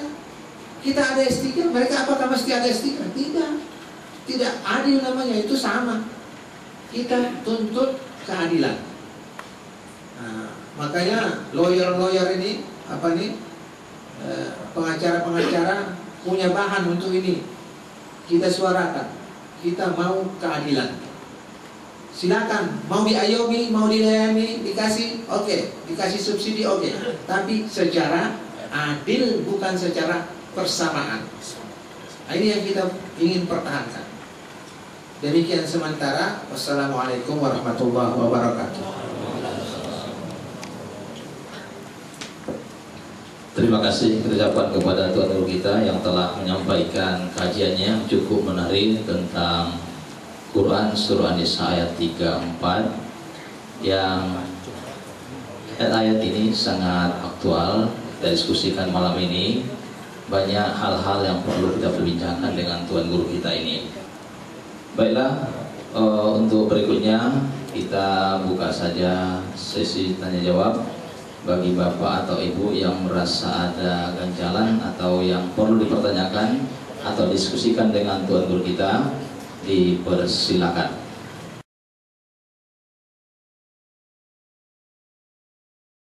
Terima kasih bapak-bapak dan ibu yang sudah mengangkat pertanyaannya. Dari Bapak Sultan Pasaman, bagaimana hukumnya perempuan menjadi narasumber di hadapan laki-laki? Pertama, perlu kita pahami bahwa mengenai suara perempuan itu terjadi khilafiyah. Mayoritas ulama Indonesia tidak memandang suara perempuan menjadi aurat, tidak bagian aurat. Makanya boleh mereka ikut musabaqah tilawatul Quran, musabaqah nasyid perempuan. Azan tidak boleh, tapi bukan karena aurat. Memang tidak boleh. Sebagaimana juga jadi imam tidak boleh. Memang tidak boleh. Itu bukan aurat. Aurat kehadiran. Ulama-ulama Arab banyak yang memandang perempuan itu suaranya adalah aurat, makanya mereka tidak ikut musabaqah. Tidak ikut musabaqah. Indonesia mayoritas memandang aurat itu tidak, suara itu tidak aurat. Jadi dari sejak semula sudah terjadi perbedaan. Jadi mana yang kita anut? Yang mayoritas Indonesia memandang suara perempuan tidak aurat. Jadi narasumber ya boleh saja, karena suaranya boleh didengarkan oleh laki-laki dalam pidato, kecuali menimbulkan fitnah. Seperti yang saya katakan tadi, kalau yang perempuan cantik masih muda sekali, maka itu bisa menimbulkan fitnah. Kalau itu bisa menimbulkan fitnah, maka bisa makruh, bisa haram hukumnya. Hukum arid namanya, hukum mendatang, bukan hukum asal. Ya kita bisa memandang perempuan, perempuan bisa memandang laki-laki. Tapi kalau pandangan itu menimbulkan fitnah, macam-macam di dalam pikiran kita yang buruk-buruk, itu menjadi hukum yang baru, makruh atau haram. Tapi asalnya boleh saja. Jadi berapa ukuran suaranya, berapa volumenya, ya tidak ada batasnya, kecuali memang kalau nanti suaranya itu menimbulkan fitnah. Jadi hukum asal kita berangkat daripada mubah saja suaranya, tidak aurat. Tapi kalau nanti lengo-lengo atau keras sekali suaranya sehingga menimbulkan fitnah, itu hukum arid namanya, makruh atau haram. Tapi kalau sekadar menyampaikan ceramah dengan suara yang biasa-biasa saja, tidak apa-apa. Dari Bapak Sembiring, Zulkarnain, bukan? Sembiring, Zulkarnain juga. Sembiring Zulkarnain. Oke lah, siapapun jadi namanya. Ya, saya rasanya kenal pengajian di Unipar. Al-ibratu bi umumil lafzi, apakah tidak dipelintir orang sampai kepada mengumumkan makna ayat Al-Quran lidzakari mislu hadzil unsayain, menjadi sama bagian laki-laki dan perempuan. Kaidah ini bukan ke situ perginya. Kaidah ini adalah menyangkut asbabun nuzul. Kalau lidzakari mislu hadzil unsayain itu bukan asbabun nuzul, itu ayat Quran, sudah tidak bisa ditawar-tawar lagi. Kecuali orang yang mau menawar, ada juga orang yang mau menawar. Sajadi menawar Sajadi, dibilangnya sama saja laki-laki perempuan, sehingga dia mengatakan yang keadilan itu bukan terletak pada angkanya, bukan nominalnya, tetapi adalah keadilannya. Keadilan di zaman lampau, laki-laki mendapat 2 bagian. Kalau keadilan di zaman sekarang sudah sama pekerjaannya laki-laki dan perempuan, maka hakikat keadilan 1:1. Jadi sudah dirubahnya. Ada banyak orang berpendapat demikian sekarang, tapi yang jelas ayat itu adalah qat'iyun dalalah. Karena angka itu termasuk qat'iyun dalalah yang positif, tunjukkan maknanya. Laki-laki mendapat 2 kali banding perempuan, kecuali ridho sama ridho. Ridho sama ridho, si laki-laki mengatakan bagi sama kita dek semua. Atau bahkan dibilangnya, udah deh, aku tak usah dapat, aku kan sudah profesor aku. Udah kalian aja lah bagi-bagi, kalian miskin-miskin semua yang tengok, kasihan aku. Boleh, tanazul anil haq. Kita kita melepaskan hak kita boleh. Melepaskan hak hukukul ibad, boleh. Tapi kaidah tadi tidak mengena kepada ayat, tapi mengena kepada asbabun nuzul. Ini ayat bukan asbabun nuzul, maka tidak ada kaitannya dengan itu dan tidak boleh dengan dasar al-ibratu bi umumil lafzi lalu disamaratakan laki-laki dan perempuan. Tidak boleh, tidak ada jalannya dan tidak mengena. Kemudian ibu tadi berbicara tentang perempuan ada yang lebih berkualitas daripada laki-laki. Istri berkualitas lebih tinggi pangkatnya daripada suaminya. Tapi itu wujuduhu ka'adamihi. Kaidah umum yang dipakai dalam hukum. Jadi perempuan itu kalau ada yang jago, yang bisa mengalahkan istrinya bertinju, nah itu di luar kaidah. Di luar kaidah.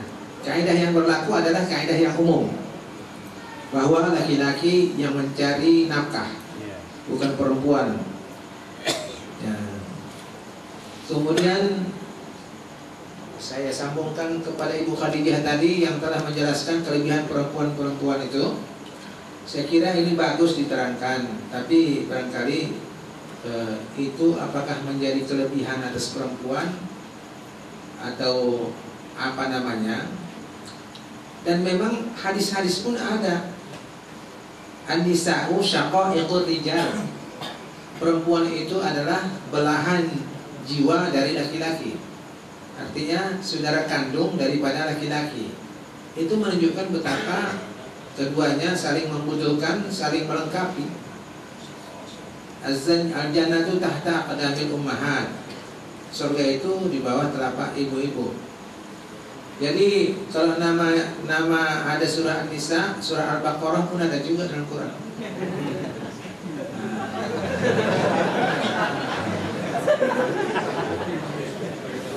Memang kalau tak ada perempuan tak terjadi keturunan. Itu sangat bagus perannya.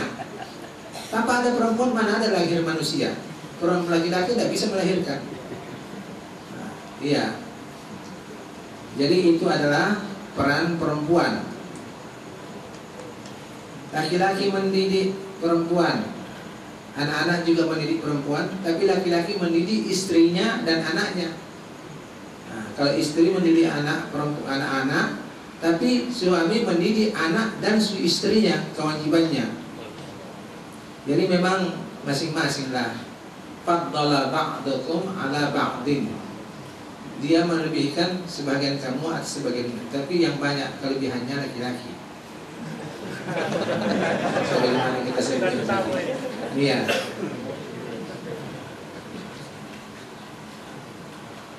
Kemudian sholat Jumat hanya jamaahnya 10 orang, 15 orang di daerah minoritas. Oke. Apakah kita sholat Jumat atau tidak? Sholat zuhur saja. Ini namanya kondisional.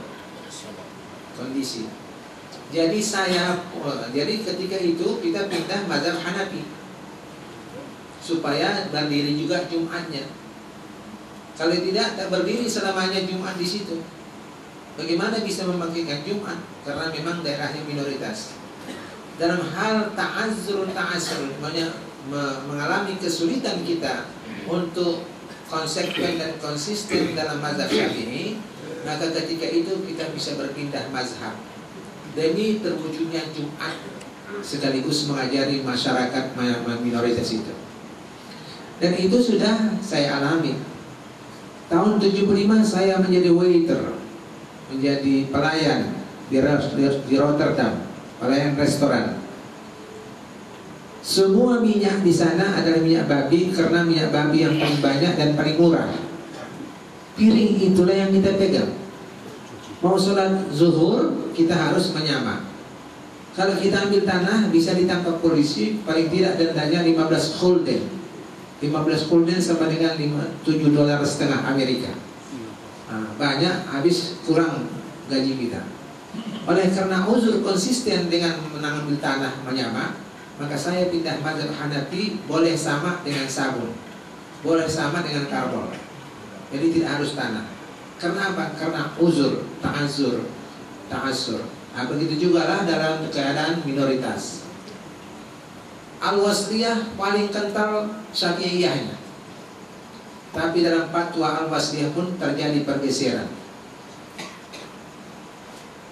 Bersentuh laki-laki dan perempuan batal wudhu, kecuali ketika tawaf. Mengapa? Karena sulit untuk mengelakkan bersentuh dengan kulit laki-laki dan perempuan, antara laki dan perempuan ketika tawaf saja. Sesudah tawaf kalau bersentuh batal. Kenapa? Ta'azzur, ta'assur. Ada kesulitan, ada keuzuran untuk konsisten dalam suatu mazhab. Nah, begitu juga dalam keadaan minoritas. Di penjara ada 3-4 orang, Jumat ada tidak? Jumat saja situ. Syiar. Dan juga adalah untuk melaksanakan syariat Allah walaupun kita pindah mazhab. Kemudian tolak harus di PA, Pengadilan Agama. Bahkan sudah tolak pun dari rumah, lalu ke sana mau minta surat cerai, tak dapat. Didamaikan dulu. Ada namanya arbitrase. Ada yang pendamai, tukang damai, ada petugas tukang damai, didamai-damaikan dulu padahal sudah orang itu cerai dari rumah. Jangan-jangan tolak 3 pun dari rumah. Bagaimana itu? Inilah dia hukum positif. Bahwa hukum agama itu sudah dipositifkan, dibuat menjadi undang-undang peraturan, sehingga begitulah jadinya. Kalau undang-undang agama murni, main-main pun kita mentolakkan istri, jatuh tolaknya. Jadi bercanda-bercanda pun kita jatuh tolaknya. Ada cerita di Sipaku. Sipaku itu di Simpangkawat. Musim rambutan, banyak dulu rambutan di situ. Jadi ada pengantin, pergilah ke sana main-main. Satu di dahan, satu dahan yang lain. Datang si abang, dipegangnya lah 20 rambutan itu. Kutolakkan kau 1 dek, dilemparnya 1. 2 dek, 3 dek, kuterima bang. Mau gak kalau orang itu pulang ke rumah? Kami tadi main-main loh Pak di sana, begini-begini ceritanya. Ya Allah, astagfirullah, apa yang kejadian katanya. Tapi main-mainnya kami, main-main pun jatuh itu. Itu menurut hadis Nabi. Tapi saya sekarang tak mau menjawab saya. Ustaz, ini ada kemanaan orang itu cari 3 sudah tolak 3. Bagaimana itu? Saya tak mau menjawab. Mengapa rupanya? Karena nanti saya jawab itu adalah sudah tolak 3, tak bisa lagi mereka kembali kecuali dengan kawin dulu lebih dahulu dengan orang lain habis iddahnya. Nanti pergi orang tuh ke Tuan Kadi, itu belum jatuh katanya. Jadi percuma saya beri fatwa. Dan betul, pernah saya kasih tahu begitu, pikiran tuh tak jatuh itu belum gitu. Padahal Pengadilan Agama atau Tuan Kadi bukan mengatakan tidak jatuh, tidak bisa menerbitkan surat cerai. Itu hak mereka, tidak bisa memberikan surat cerai karena tidak menurut prosedur kompilasi hukum Islam. Seharusnya jawabannya begitu, bukan tidak jatuh, itu jatuh. Menurut hadis jatuh, menurut kitab, ribuan kitab mengatakan jatuh. Tidak harus ada saksi, itu yang tadi bilang. Nah, maksudnya paham-paham Syiah. Tapi sudah begitu kejadiannya. Namun begitu pun mau dirubah lagi supaya jangan ada diskriminasi. Itulah dia counter kompilasi hukum Islam di zaman Megawati, waktu Menteri Agamanya adalah Agil Munawar, bukan Agil Sirat, Agil Munawar. Nah, inilah dia dalam buku ini. Dari Mikael. Iya, dari Mikael. Saudara Mikael, lan yukniha qaumun, bagaimana tanggapan saya Saya sudah jelaskan tadi, ada jaluk qawwamuna 'alan nisa didukung oleh la yufliha qaumun walau amra'un imratan. 3 organisasi Al-Wasliyah, NU, Lama dan Persis mengatakan perempuan tidak sah menjadi kepala negara.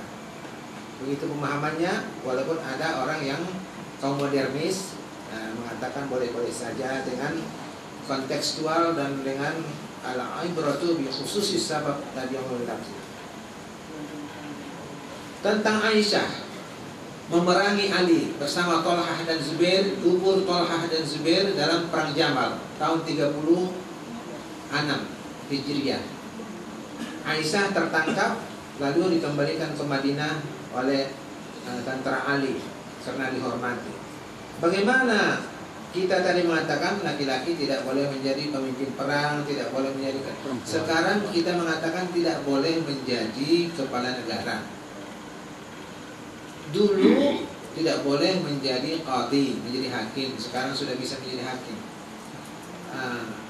Lalu mengapa Aisyah mengambil tindakan seperti itu? Salah satu jalannya bahwa Aisyah itu adalah seorang mujtahidah, seorang istri Rasul, seorang yang cerdik, orang yang banyak hadis, hafal hadis, dan tahu hukum-hukum Islam. Maka dia adalah sampai sudah kepada maqam mujtahidah. Seorang yang sudah sampai ke maqam mujtahidah, dia melihat sesuatu, dia berijtihad tentang sesuatu. Kalau salah dapat 1, kalau benar dapat 2. Tapi jangan macam saya, kita belum lagi sampai kepada maqam mujtahid. Sahabat-sahabat itu pada umumnya adalah maqam mujtahid. Muawiyah, Umar, Abu Bakar, Ali, maqam mujtahid. Maka mereka melihat bahwa Ali itu pembunuh Utsman, tetapi tidak mau membongkar, berarti ikut sekongkol. Ijtihadnya harus diperangi orang yang membunuh. Jadi dia melakukan sesuatu berdasarkan ijtihadnya, maka dia tidak bisa kita salahkan. Kalaupun salah dapat pahala 1. Baik. Kemudian ada pertanyaan dari SMS. Perempuan tak boleh menjadi kepala negara. Bagaimana Ratu Muqayyad Shah? Ratu Muqayyad Shah sebagian ulama Aceh menerima, sebagian tidak. Jadi di sana saja pun terjadi khilafiyah, perbedaan. Jadi kita termasuk yang tidak menerima dengan paham-paham yang kita sebutkan tadi. Apakah wanita yang menjadi hakim pengadilan menyalahi syariat? Ustaz, kita sudah bergeser. Yang tak boleh itu perempuan menjadi kepala negara.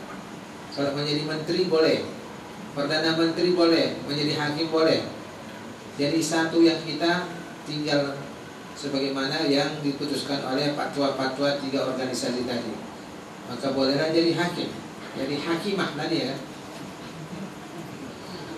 Apakah durhaka bagi anak yang menasehati orang tua untuk kembali ke jalan Allah? Apakah yang harus dilakukan seorang anak agar orang tuanya itu berubah, Ustaz, selain berdoa? Kita tidak boleh durhaka kepada orang tua sekalipun dia mengajak kita kepada kesyirikan. Wa sahibuhuma fid dunya ma'rufah. Jadi kalaupun orang tua mengajak kesyirikan, kekufuran, tidak boleh durhaka. Apa durhaka itu? Misalnya menyergah-nyergah dia. Bolehkah kita menasihati? Ma, hati-hati ma, ini pekerjaan yang sudah syirik ma, sudah sesat ma, hadisnya ini ma, ayatnya ini ma, kitabnya ini ma, ustadznya ini ma. Boleh. Boleh kita menasihati. Tapi yang namanya menyergah tidak boleh. Yang namanya menelantarkan sakit dia, kita biarkan, memang tahankan obat di situ. Orang sesat, orang kafir, tak boleh. Wasahibuhuma fid dunya ma'rufah. Pergauli keduanya, ayah dan ibu yang mengajak ke kuburan itu dengan baik di dunia. Tak boleh durhaka. Semua hak orang tua wajib kita penuhi sebagai anak. Tapi nasihat boleh, dakwah boleh. Ya, demikian. Cukup menarik kajian kita pada malam ini. Kami yakin masih banyak yang ingin bertanya, apalagi Pak Toha belum buka suara malam ini. Mungkin masih disimpan-simpan, ya mungkin lain kali nanti. Jadi kita ucapkan terima kasih banyak kepada Tuan Guru kita yang telah makan waktu lebih kurang 2 jam lebih. Ya, alhamdulillah Tuan Guru kita masih tetap fit menerima pertanyaan atau diskusi kita malam ini. Semakin malam semakin hangat. Tapi karena waktu jolah yang batasi kita, sekali lagi kita ucapkan terima kasih banyak kepada Tuan Guru kita yang telah menjadi narasumber malam ini, dan semoga pertemuan kita malam ini mendapat berkah dari Allah Subhanahu wa taala. Amin amin ya rabbal alamin. Dan sebagai penutup adalah pembacaan Quran sekaligus sholawat dan sekaligus nanti doa yang akan dipimpin oleh Ustadz Iqbal Habibi. Kepada Ustadz dipersilakan. أعوذ بالله من الشيطان الرجيم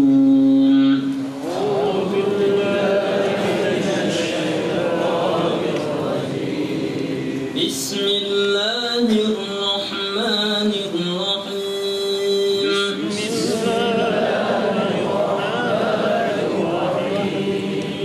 والعصر إن الإنسان لفي خسر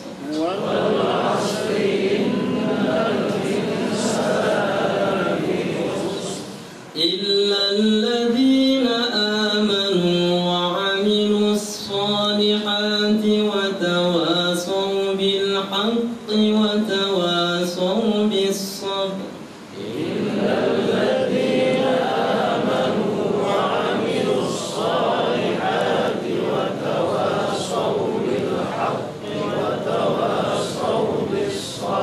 سبحانك اللهم وبحمدك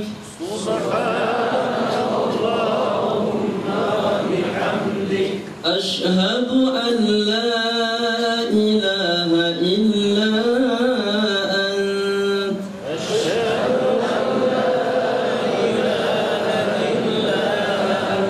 أستغفرك وأتوب إليك اللهم صل وسلم على سيدنا محمد وعلى آل سيدنا محمد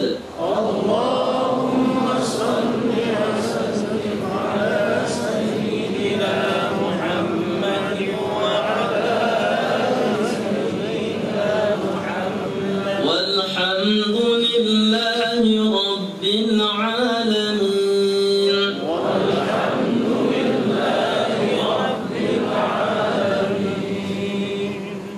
الحمد لله رب العالمين والصلاة والسلام على أشرف الأنبياء والمرسلين وعلى آله وصحبه أجمعين ربنا اغفر لنا ولإخواننا الذين سبقونا بالإيمان ولا تجعل في قلوبنا غلا للذين آمنوا ربنا إنك رؤوف رحيم اللهم اجعل جمعنا هذا جمعا مرحوما وتفرقنا من بعده تفرقا معصوما اللهم انفعنا بما علمتنا وعلمنا ما ينفعنا وزدنا علما نافعا برحمتك يا أرحم الراحمين اللهم اجعلنا من أهل العلم وأهل الخير ولا تجعلنا من أهل الضير إنك على كل شيء قدير ربنا آتنا في الدنيا حسنة وفي الآخرة حسنة وقنا عذاب النار وصلى الله وسلم على سيدنا ومولانا محمد وعلى آله وصحبه أجمعين سبحان ربك رب العزة عما يصفون وسلام